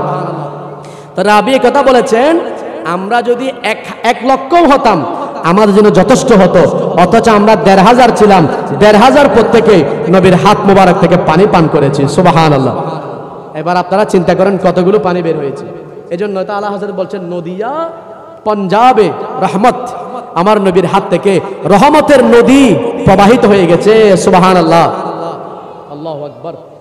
কথা শেষ করতে হবে, আর লম্বা করতে পারবো না, কারণ আমিও দেখতেছি আপনাদের আস্তে আস্তে মানে শেষ করার জন্য তাগিদ আসতেছে, কেউ কেউ জুড়তেছেন। যাই হোক একটু তাহলে আরেকটু মহব্বতে দরুদ শরীফ পড়ে সাল্লে আলা রাসূল মুহাম্মাদিন সাল্লে আলা হাবিবিনা সাল্লে আলা। আমার নবীর হাত মোবারকের বরকত আপনাদের সামনে যতটুকু পেরেছি বললাম।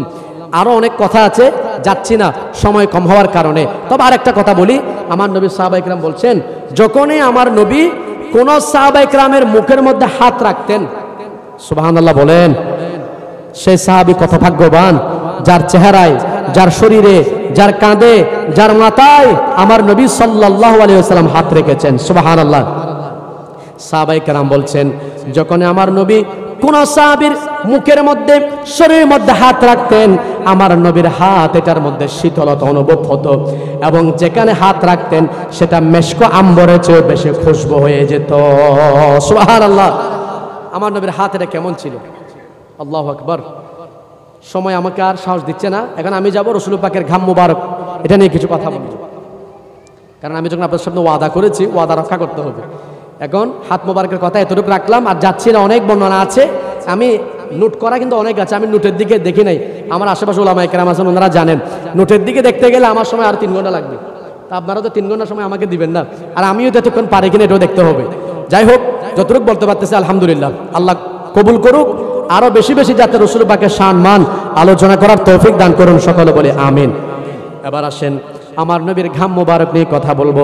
আগে শুনেন, হযরতে মা আমেনা খাতুন রাদিয়াল্লাহু আনহা বর্ণনা করছেন, যেদিন আমার নবী তশরিফ এনেছেন, মা আমেনা রাদিয়াল্লাহু তাআলা আনহা বর্ণনা করছেন, আমার নবী আমার পেট থেকে যখন আমার সন্তান দুনিয়ার মধ্যে আসলো, আমি দেখলাম আমার সেই সন্তানের আসার সাথে সাথে আমার ঘর গোটা খুশবের মধ্যে সুবাসিত হয়ে গেছে। সুবহানাল্লাহ। ঘরের মধ্যে খুশবু চতুর্পাশে ছড়িয়ে পড়েছে। আমি বুঝলাম আমার সন্তান সাধারণ কোনো মানুষ নয়। এখানে অনেক কিছু বর্ণনা ঘটেছে, সময় সংক্ষেপতার কারণে আমি সেদিকে যাচ্ছি না। এবার চলেন, আমার নবীর শান কিরকম ছিল। আমার নবী যখন কোনো একটা রাস্তা দিয়ে হাঁটতেন, কোনো একটা গলি দিয়ে যাইতেন, সাহাবায়ে কেরাম বলছেন আমার নবী যে রাস্তা দিয়ে যাইতেন সেই রাস্তা দিকে খুশবু বের হতো, খুশবু ছড়িয়ে পড়তো। সাহাবায়ে কেরাম বুঝতে পারতেন এই রাস্তা দিয়ে নিঃসন্দেহে আমার নবী হেঁটে গিয়েছেন। সুবহানাল্লাহ। যে রাস্তা দিয়ে আমার নবী হেঁটেছেন সেই রাস্তা সুবাসিত হয়ে যেত, সেই রাস্তা থেকে খুশবু ছড়িয়ে পড়তো। এজন্য ইমাম আলা হযরত খুব সুন্দর করে বলেছেন, আপনারা একটু সবাই পড়েন, উন্নি কি মাহকিনে দিল কে গুনচে কিলা দিয়ে হ্যাঁ जिस राह चल गए हैं कोचे बसा दिए हैं। জোরে বলেন না সুবহানাল্লাহ। আলা হযরত বলছেন আমার নবীর শান কিরকম জানো, উনকি মেহকিনে দিল কি, আমার নবীর সেই সুবাসিত খুশবু কিরকম, যে রাস্তা দিয়ে আমার নবী যেতেন সেই রাস্তার চতুর্পাশে আমার নবীর খুশবু মুবারক ছড়িয়ে পড়তো। জোরে বলেন না সুবহানাল্লাহ। তা আমরা তো সেই নবীর উম্মত, আমরা সেই নবীর উম্মত। আর এক শায়ের আরো সুন্দর করে বলেছেন, উনকি কদমোं की चमक चांद सितारों में नजर आए जिधर से वो गुजर जाए वही राह चमक जाए धमक जाए महक जाए बने रौनक गुलजार इश्क के रंग में रंग जाओ मेरे यार। সবাই একটু মহব্বতে পড়েন, इश्क के रंग में रंग जाओ मेरे यार इश्क के रंग में रंग जाओ मेरे यार। জোরে বলেন না সুবহানাল্লাহ। নবীর শান কি বলবো, যেটাই বলবো সেদিকে আশিকের ক্ষুধা আরো বাড়বে, শুনতে ইচ্ছা করবে। কারণ আমরা যখন খাবার খাই, আমাকে আমাদের ভাইয়েরা বলছেন হুজুর আগে খাবার খেয়ে ফেলবেন। আমি বলছি ভাই খাবার তো খাবার অনেক সময় আছে, আগে রাসূল পাকের শান মোবারক নিয়ে কিছু বলতে পারে কিনা দেখি, এরপরে যদি সেটা রসিলায় যদি কিছু জুটে সেগুলো খাবো আর কি, ঠিক কিনা। তো আপনি খাবারের একটা লিমিট আছে, যখন খাবেন খাওয়ার পরে যখন বলবো হুজুর আর দিব, বাবা আর খাইতে পারবো না, পেট ভরে গেছে। কিন্তু নবীর শান এটা এমন যে যত শুনবেন ক্ষুধা বাড়বে, হুজুর আরো বলেন, আরো শুনবো, আরো বলেন, আরো শুনবো। কারণ নবীর শান যত শুনবেন শুনতে মন চাইবে, এখানের মধ্যে ক্ষুধা আরো বাড়তে থাকবে। জোরে বলেন না সুবহানাল্লাহ। এই জন্য আমার এই মুরব্বীকে আমি দেখতেছি বারবার, আমি শেষ করার কথা বলে উনি দুই হাত তুলে বলতেছেন না না হুজুর শেষ করিয়ে না, আরো বলেন, আরো বলেন। এটা বাস্তবতা। আপনি যখন নবীর শান শুনবেন আপনার পেটের মধ্যে ক্ষুধা আরো বাড়বে। সুবহানাল্লাহ। যাই হোক, সময় আমি তারপরে সংক্ষেপ করতেছি, আপনাদেরকে আর কষ্ট দিব না, কষ্ট অনেক দিলাম। আসেন, আমার নবী যে পথ দিয়ে হাঁটতেন সেই পথের মধ্যে খুশবু ছড়িয়ে পড়তো। শুধু তাই নয়, সাহাবায়ে কেরাম প্রত্যেকে বলেন আমার নবীর হাত মোবারক যদি কারোর সাথে লাগে তার শরীর থেকে সুগন্ধি বাইর হয়। শুধুমাত্র সেটা নয়, আমার নবী এই কথা আরো বলেছেন, আমার নবী সম্পর্কে সাহাবায়ে কেরাম এই কথা আরো বলেছেন, আমার নবী সাল্লাল্লাহু আলাইহি ওয়াসাল্লামের শরীর থেকে যদি এক ফোঁটা ঘাম মোবারক কারো নসিব হতো, সেটা যদি কেউ পেতেন, ওইটা দিয়ে সে সারা জীবন কাটিয়ে দিতে পারত। সেটা থেকে এত বেশি খুশবু বের হতো যে খুশবু দামি দামি কস্তুরী, দামি দামি আতরের মধ্যে পর্যন্ত পাওয়া যেত না। সুবহানাল্লাহ। আমাদের দেশের জাতীয় কবি কত সুন্দর করে বলেছেন, কি মুহাম্মাদের নাম জপেছিলে বুলবুলি তুই আগে। পরে সবাই একটু পরে, এগুলো তো আপনারা জানেন। মুহাম্মাদের নাম জপেছিলে বুলবুলি তুই আগে, তাই কি রে তোর কণ্ঠের গান, তাই কি রে তোর কণ্ঠের গান এতই মধুর লাগে ওরে, এতই মধুর লাগে। সবাই মহব্বতে মুহাম্মাদের নাম জপেছিলি বুলবুলি তুই আগে। জোরে বলেন সুবহানাল্লাহ। আরো কি বলেন? ওরে গোলাপ নিরিবিলি নবীর কদম ছুঁয়েছিলি। সুবহানাল্লাহ। কবি নজরুলের বিশ্বাস হচ্ছে গোলাপ ফুল যে খুশবু পেয়েছে সেটা গোলাপ ফুলের বাহাদুরি নয়, আমার নবীর কদমের সদকা। সুবহানাল্লাহ বলেন না।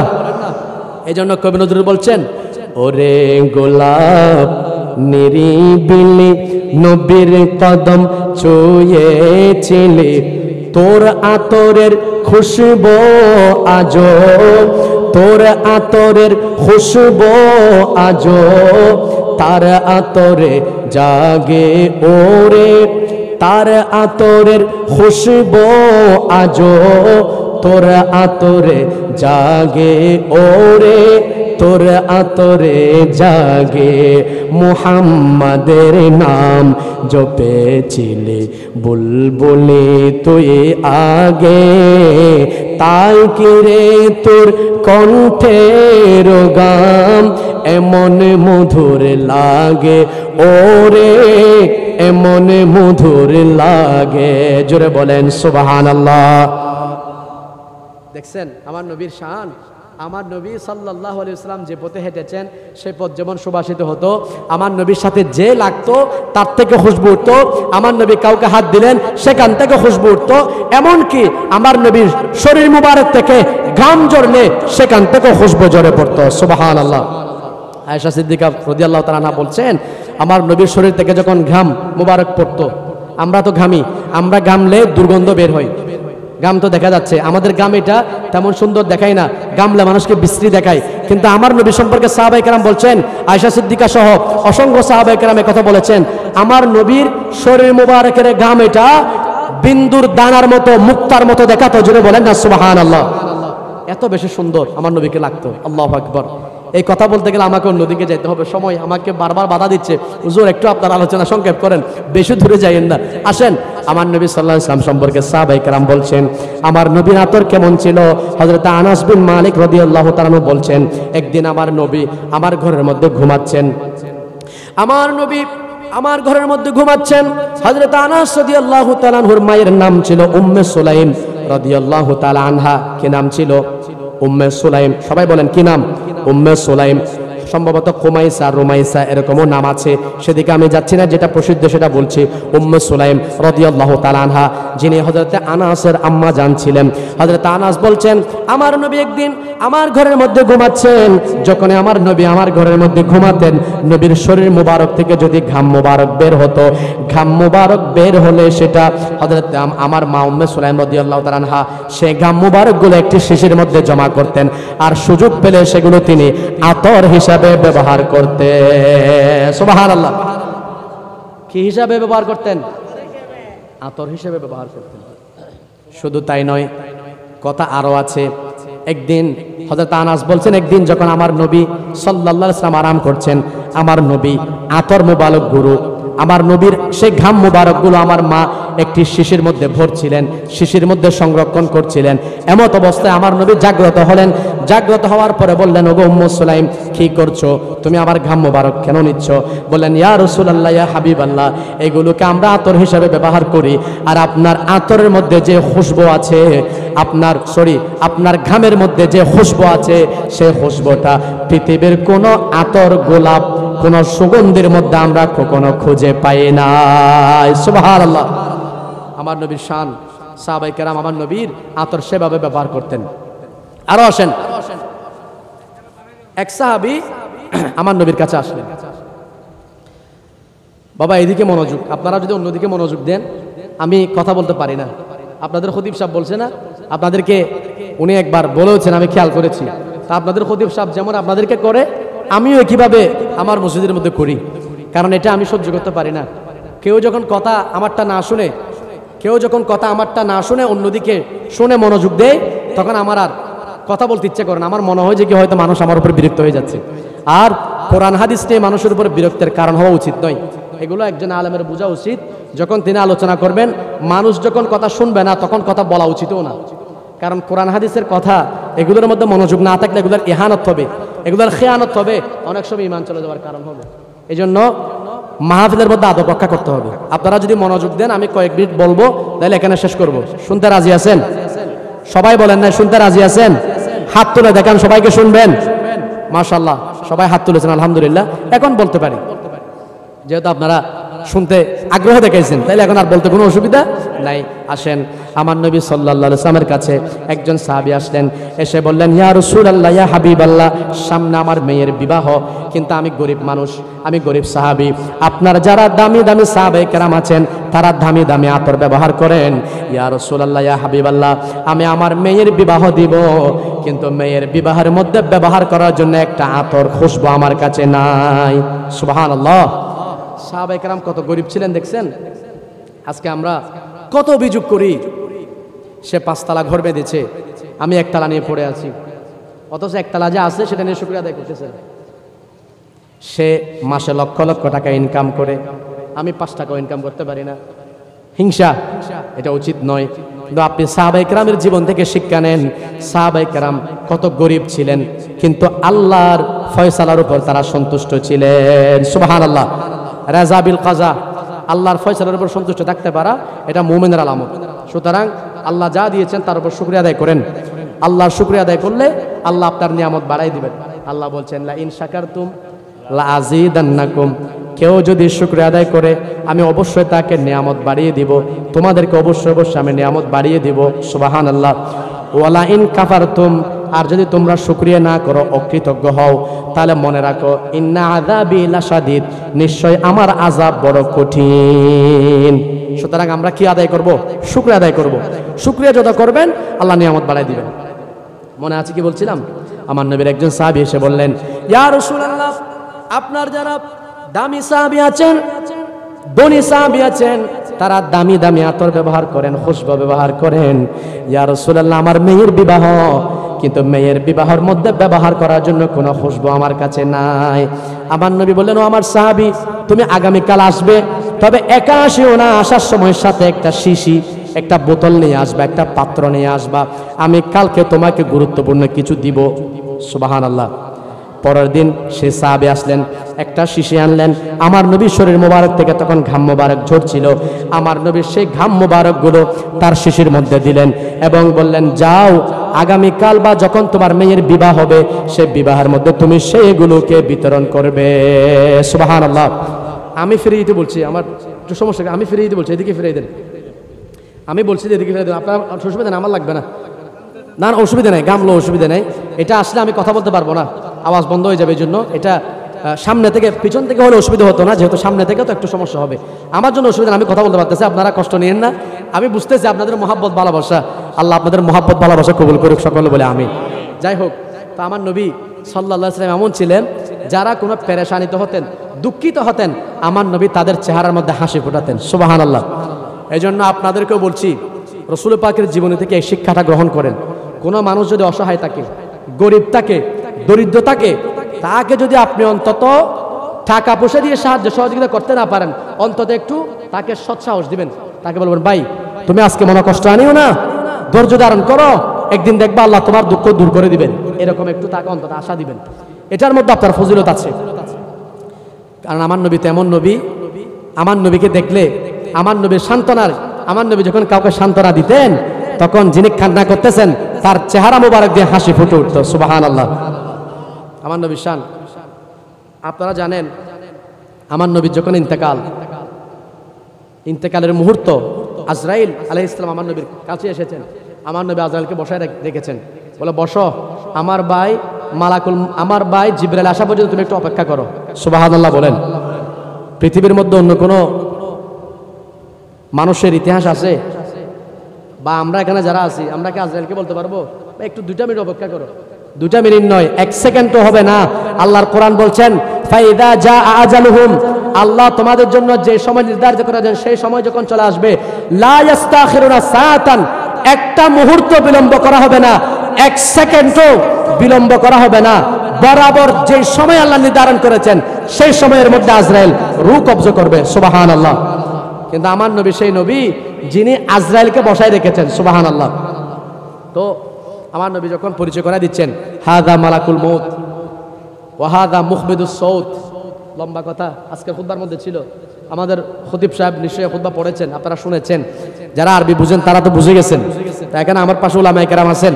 তো হযরতে ফাতেমা যখন শুনলেন, তিনি কান্না করতেছেন যে আমার নবী দুনিয়া থেকে চলে যাবেন। এবার আমার নবী ফাতেমাকে ডাকলেন, ওগো মা শোনো।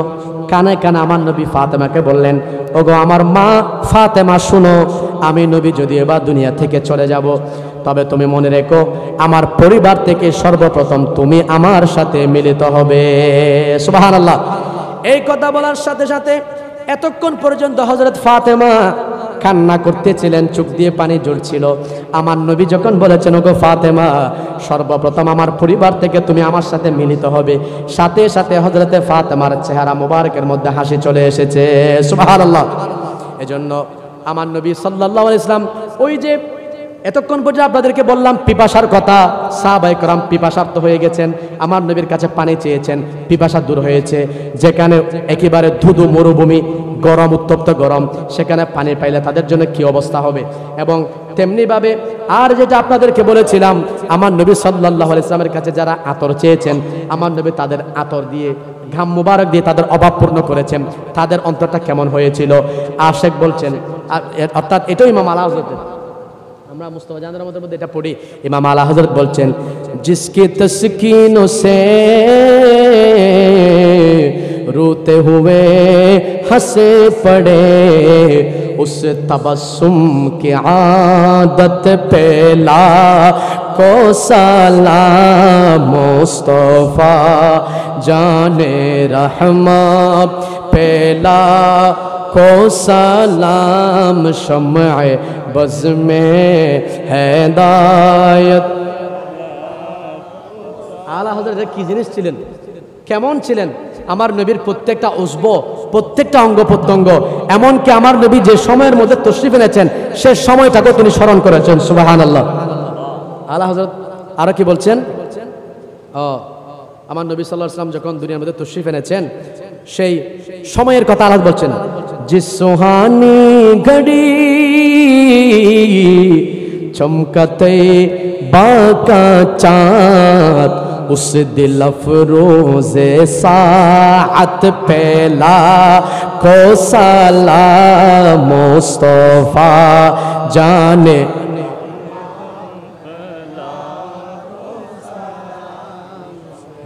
बज़ में है दा। এখন আপনারা প্রশ্ন করবেন, হুজুর রাসূল পাক সাল্লাল্লাহু আলাইহি ওয়াসাল্লাম যে দুনিয়াতে তশরিফ এনেছেন যে সময়টা ছিল, আলা হযরত সে সময়টাকে সালাম দিয়েছেন, এগুলোর কি রূহ আছে?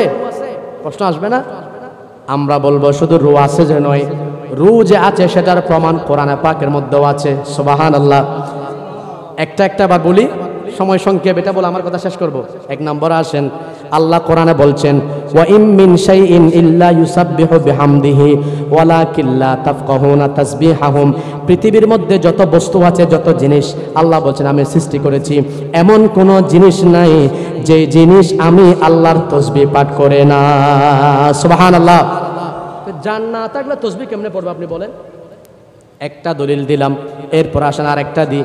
আল্লাহ বলছেন আমি এই কোরআন যদি নাজিল করতাম, আল্লাহ বলছেন লাউ আনজালনা হাযাল কুরআনা আলা জাবালিন লারাআইতাহু খাশিআম মুতাসাদ্দিআম মিন খাশিয়াতিল্লাহ ওয়া তিলকাল আমসালু নাদরিবুহা লিন-নাসি লাআল্লাহুম ইয়াতাফাক্কারুন। আল্লাহ বলছেন, ও পৃথিবী মানুষ শোনো, যে কোরআন তোমরা পেয়েছো, যে কোরআনে পাক আমি আমার নবীর উপর নাজিল করেছি, এই কোরআন তো আমার নবীর সিনা মুবারকের মধ্যে আমি দিয়েছি। এই কোরআন যদি আমার নবীর সিনা মুবারকের মধ্যে আমানত না রেখে যদি পৃথিবীর কোন শক্ত পাহাড়ের উপর যদি আমি দিতাম, সেই পাহাড় থাকতো না, সেই পাহাড় তুলার মতো নরম হয়ে গলে যেত, এমনকি সেই পাথর ধুলাবালির মতো মিশ্রিত হয়ে তোলার মতো সেই পাহাড় উড়ে যেত। সুবহানাল্লাহ। তাহলে পাহাড়ের মতো জানা আছে কিনা? শুধু জানা আছে যে নয়, আমার নবী আরো বলেছেন জাবালুন উহুদুন ইউহিব্বুনা ওয়া নুহিব্বুহু। আমার নবী বলছেন উহুদ পাহাড় এটা এমন একটি পাহাড় যে পাহাড় আমি নবীকে ভালোবাসে, আমার সাহাবীকে ভালোবাসে। শুধু তাই নয়, আমরাও ওই উহুদ পাহাড়কে ভালোবাসি। সুবহানাল্লাহ। প্রাণ না থাকলে উহুদ পাহাড়, আপনারা এখানে হজ করছেন অনেকে আছেন না বাবারা, একটু হাত তুলেন কারা কারা হজে গিয়েছেন। মাশাআল্লাহ। এবার একটা প্রশ্ন করি, উহুদ পাহাড় কারা কারা দেখেছেন একটু হাত উঠান। মাশাআল্লাহ, কয়েকজন আছে আলহামদুলিল্লাহ। উহুদ পাহাড়ে কি পাথর না? দেখছেন কিনা? তো এখন আমার নবী বলছেন জাবালুন উহুদুন ইউহিব্বুনা ওয়া নুহিব্বুহু।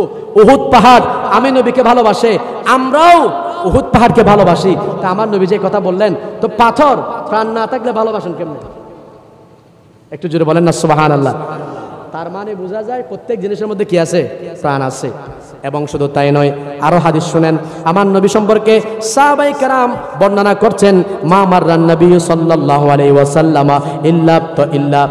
ইল্লা তারিকাম মিন তারিকিল মদিনা ইল্লা বিতারিকিম মিন তারিকিল মদিনা আও সিকাকিম মিন সিকাকিল মদিনা লাম ইয়াবকা হাজারুন ওয়ালা শাজারুন ইল্লা খাররা সাজিদা। আমার নবী যখন কোন রাস্তা দিয়ে হাঁটতেন, কোন রাস্তা দিয়ে যখন আমার নবী চলতে শুরু করতেন, কোন গাছপালা সোজা দাঁড়িয়ে থাকতো না। আমার নবীকে দেখার সাথে সাথে তারা সেজদার মধ্যে পড়ে যেত।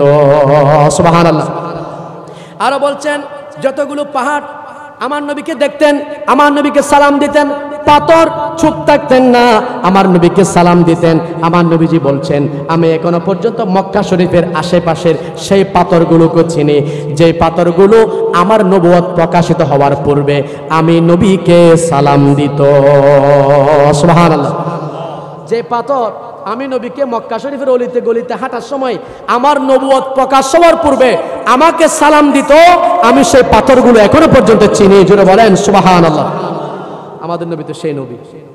এই জন্য আলা হযরত প্রত্যেকটা বস্তুকে সালাম দিয়েছেন, প্রত্যেকটা বস্তুকে সালাম জানিয়েছেন। যে সময়টার মধ্যে আমার নবী তশরিফ এনেছেন, আলা হযরত সেটাকেও স্মরণ করে সালাম দিয়েছেন। সুবহানাল্লাহ। শুধু তাই নয়, আমার নবী মুস্কি হাসি দিতেন, সেটাকেও সালাম দিয়েছেন। যেটা আপনাদেরকে একবার বললাম, আরেকবার বলছি, একটু আপনাদের ঈমানটা তাজা করেন। আলা হযরত বলছেন জিসকে তসকিনো সে रोते हुए हंस पड़े उस तबस्सुम की आदत पे लाखों सलाम मुस्तफा जाने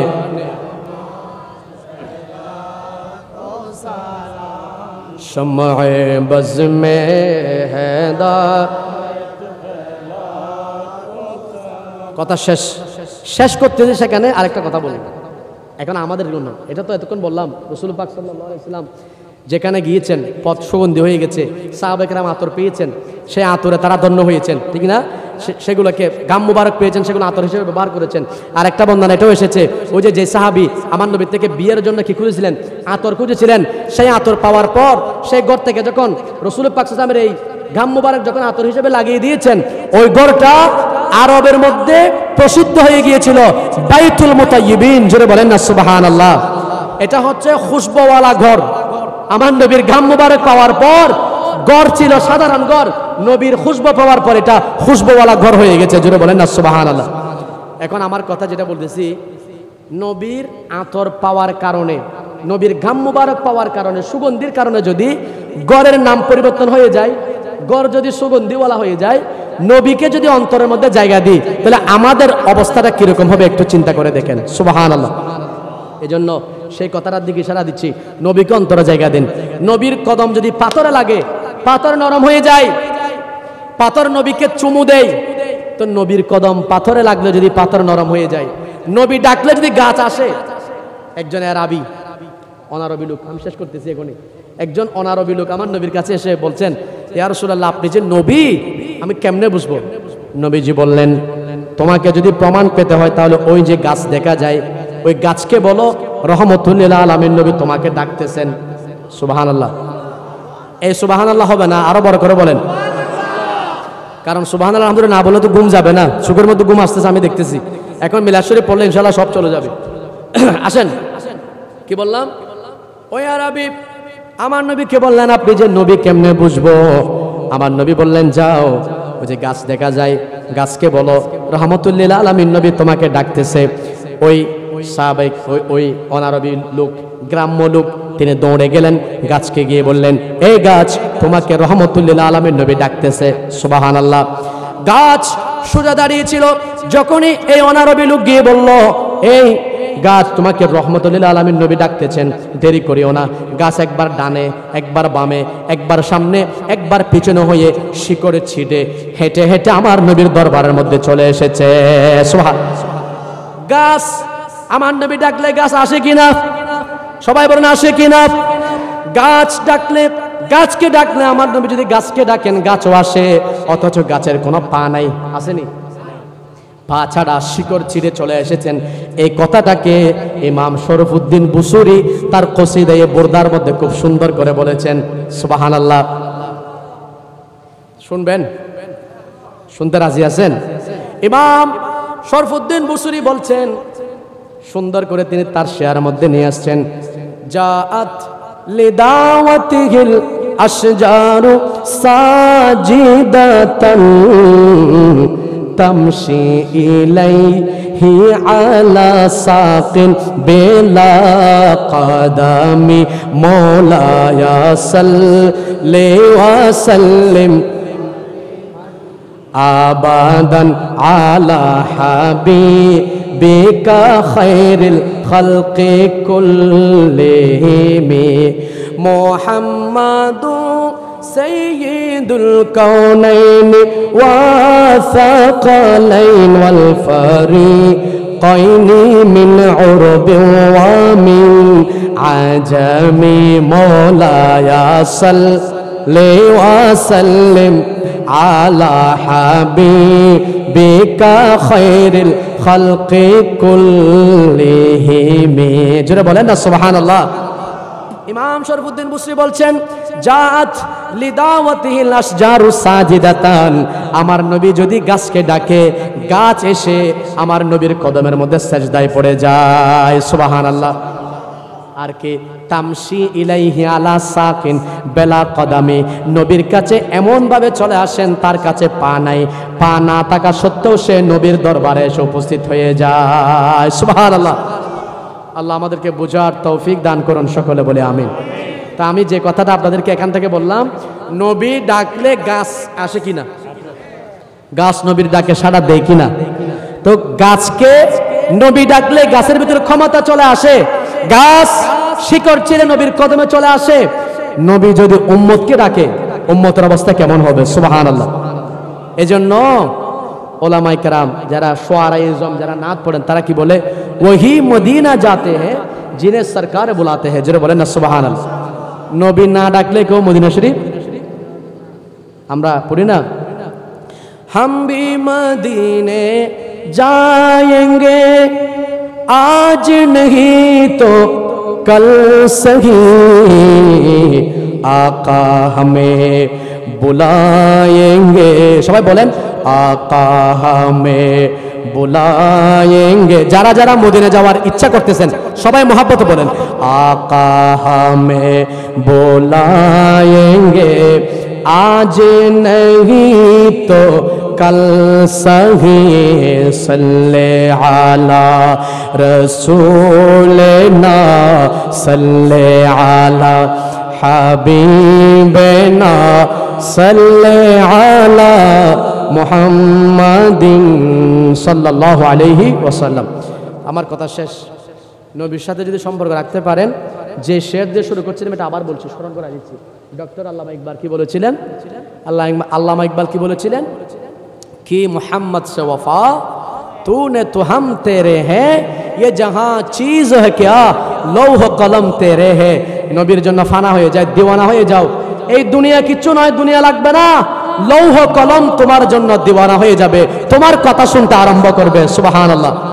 সেটার অনুবাদ আমাদের জাতীয় কবি কাজী নজরুল ইসলাম করেছেন। কি বলেছেন? আল্লাহকে যে পাইতে চায় হযরতকে ভালোবেসে, আরশ কুরসি লৌহ কলম না চাহিতে পেয়েছে সে। সুবহানাল্লাহ। কথা শেষ। আল্লাহ আমাদের কবুল করুন, এই মাহফিলকে কবুল করুন। যারা মাহফিল সাজিয়েছেন আল্লাহ তাদের জীবনকে সাজিয়ে দিক, আমিন বলেন। যারা মাহফিলে বসে নবীর মাহফিলকে ভরপুর করেছেন আল্লাহ তাদের জীবনকে সুখে শান্তিতে ভরপুর করে দিক, আমিন বলেন। যারা মাহফিলের জন্য সহযোগিতা করেছেন, যারা মাহফিলের জন্য কষ্ট করেছেন, শ্রম দিয়েছেন, কাল কিয়ামতের ময়দানে এগুলো তাদের জন্য নাজাতের উসিলা হোক, সকলে বলে আমিন।